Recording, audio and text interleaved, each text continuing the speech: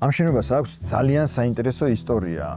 მარგარიტ ტეტჩერი, ხო? კი. ბრიტანეთის პრემიერ-მინისტრი იყო, დაამთხვიეს მისი გახსნა, ამ შენობის გახსნა, მის ვიზიტს საქართველოში, საბჭოთა კავშირში და თამარა გვერწითელის ქორწილი იყო პირველი ქორწილი და ამბობენ რომ მასაც ზევიდან რომ დახედავ, ესეთი გაშლა არ აქვს, მაგრამ ერთგვარი სიმბოლოა რაღაც, იმიტომ რომ ეს არა, ქვევიდან რო შეხედავ, ძალიან კონკრეტული სიმბოლოა. ხო, ზევიდანაც შეიძლება ქონდეს ეს. ზევიდან ქალის სიმბოლოა.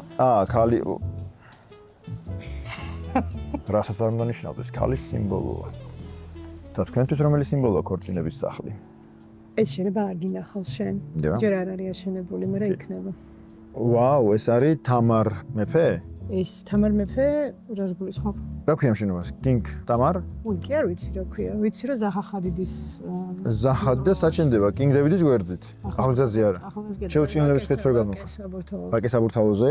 ხადა, ამაზე რა შემიძლია თქვა, ძალიან საინტერესო ადგილმდებარეობა აქვს. შენ მერე ნახი, მან სკროლითაც რო ვერ ჩავივლით. ესეც ძალიან საინტერესოა.